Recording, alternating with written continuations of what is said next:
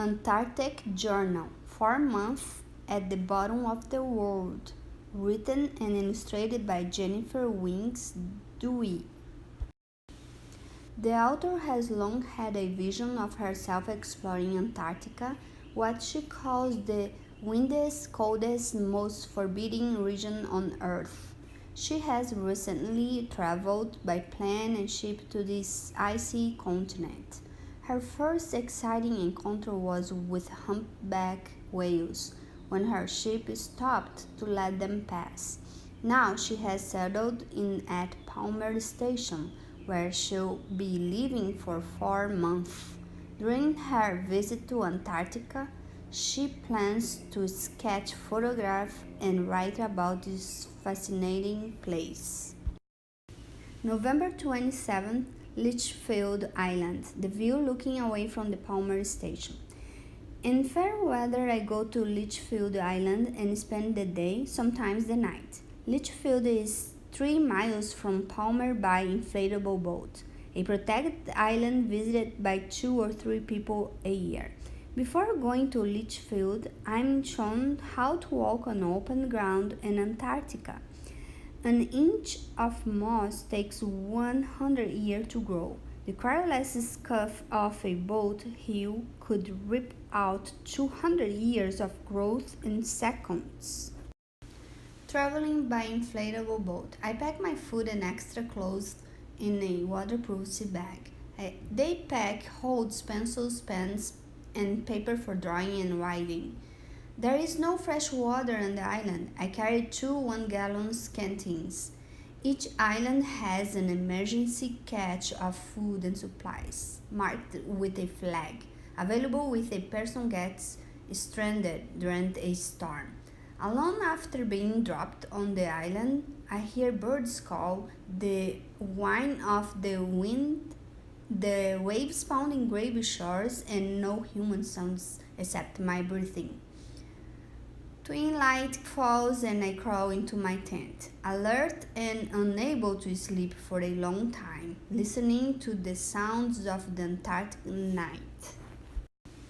December 3rd, Litchfield Island. One of the larger islands offshore, Litchfield has a penguin rookery, or nesting area, on the gently sloping western edge. The ground is rocky but flat enough for penguins to build nests, with a beach close by for gathering small gray nest stones. The rookery is occupied by 200 or 300 penguins. It is small by penguin standards. The penguins are nearly all on the list named in 1838 by Dumont D'Urville after his wife. I wonder, did they look like her, act like her, or was he just missing her? Pairs greet each other at the nest with calls like braying donkeys.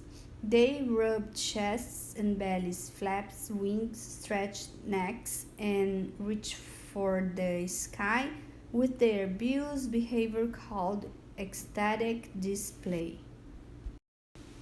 I find a sheltered perch by the rookery and put my 6-pound metal typewriter on a flat rock. The penguins begin to wander over. They huddle close, smelling of guano and salt water, gently tugging at my clothing with their bills. One bold bird takes my hat and goes off with it. They are curious about the tap-tap-tapping noise of the typewriter. They walk up and across it, tugging at the paper tucked into the roller. I let them have their way. Human visitors may not touch penguins or any wildlife, but the penguins can take their time checking us out.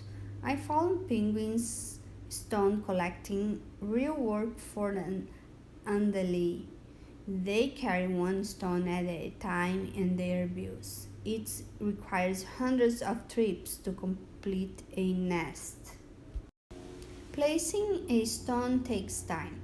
With the stone in its bill, the penguin circles the nest, bowing like a butler, finally deciding where the stone is needed most. The bird drops it and shuffles away to the beach for another. If one penguin steals a stone from another, a noisy argument erupts. Frustrated birds shrink like squabbling children, but they never come to blows. Adelaide Penguin. Blue whales, December 20th, Palmer Station.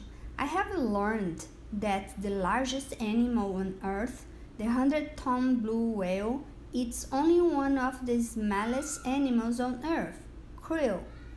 There are more krill on the seas than there are stars in the visible universe. Krill is one link in a simple food chain. Penguins, seals, and whales eat krill. In turn, the tiny shrimp-like krill eat phytoplankton, one-celled plants that bloom in the sea in spring and summer. My new friend Carl, an oceanographer, said we ought to try eating krill since so many animals thrive on it. In the biolab, we scooped krill into a jar. We got a small fry pan, then we melted butter and cooked up the krill. Someone said add garlic. Somebody said, how about pepper and salt? These were added. When the mixture looked ready, we ate it. Tastes like butter, one person said. More like garlic, another said. Tastes like butter and garlic, Carl said. Krill don't have their own taste, I conclude. December 24th, Palmer Station. It was 3 in the morning, bright outside, and I couldn't sleep. I crept downstairs, signed out, and took the flag trail up the glacier. Dressed in a watchman's cap, 3 layers under my park and boots, I climbed in the stillness broken only by the noise of snow crunching under my soles. Greenish purple clouds covered the sky from edge to edge. The sea was the color of a pewter. Near the top I heard a cracking sound. A slap magnified 1,000,000 times in my ear. Another followed, then another. Echoes of sounds, aftershocks, sizzled in the air. The sky began to glow with a eerie luminescence, as if someone in the heavens had switched on a neon light in place of the sun. I felt myself dropping straight down. A crack had appeared under me, a crevice in the glacier. I'm alive because the crack was narrow. I fell to my shoulders, my boot soles too wide to fit through the bottom of the crack. I stared below into the blue-green hole cut with facets like a diamond. After a few deep breaths, I began to scramble out. Terrified the crack would keep growing, I moved slowly. It was an hour before I was on firm ice. The color of the sky shifted to blue-gray with streaks of yellow along the western horizon. To my horror, I saw the pattern of cracks zigzagging like fractured window glass across the glacier surface. I checked my watch. I'd been gone 3 hours. I don't know why, but I didn't want anyone rescue me. I decided to crawl down the glacier on hands and knees. I felt my way inch by inch, rubbing the surface of the snow with my palms before making a move. I have a new awareness tonight, born of having been frightened out of my wits while watching one of the most beautiful skies I've ever seen. A green flash, January 6, Palmer Station. Earlier today, my friend Carl, the ocean scientist, came to my room and said, "Let's go see the green flash." "The what?" I asked. Come on, you'll see.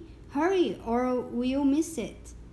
We headed up the glacier, and at the top we sat facing west. The sun slipped slowly toward the horizon. As it fell, its orb glowed a deep orange. The shape of it was fat, like a squashed pumpkin. Near the end of the drop, the light on top of the orb flashed green, the green flash. There it is, I said. I saw it. The green flash is hard, fleeting event in the Earth's atmosphere. To catch it with the naked eye, there must be a clear horizon at sunset, as often seen over water. The green flash comes with certain conditions in the sky having to do with the way light bends. It lasts less than a 20th of a second. Penguin egg, March 12th, winging home. Before leaving, I collect, with permission, a sterilized penguin egg that would never hatch. I made room for it in my suitcase by giving a lot of my clothes away. The airline lost my bag in Miami. I told the airline people that I had to have it back. Pleading, begging, it has a penguin egg in it, I said. They glanced at each other and eyed me funny. Fortunately for me and them, they found the bag. The egg reminds me of my trip to the place where penguins raise downy chicks, crews swarm in numbers greater than stars in the sky, whales have rights, and icebergs drift in graceful arcs across southern ocean swells. At home, I will look out at the desert landscape and remember the Antarctic desert, the last great wilderness on Earth.